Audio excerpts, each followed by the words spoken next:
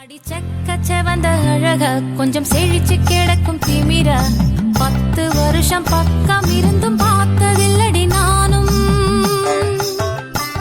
அந்த ராஜ கதவை திறந்தா பல ரகசியமும் தெரிஞ்சா பத்தியம் கிடந்த மாப்பிள்ள பையனும்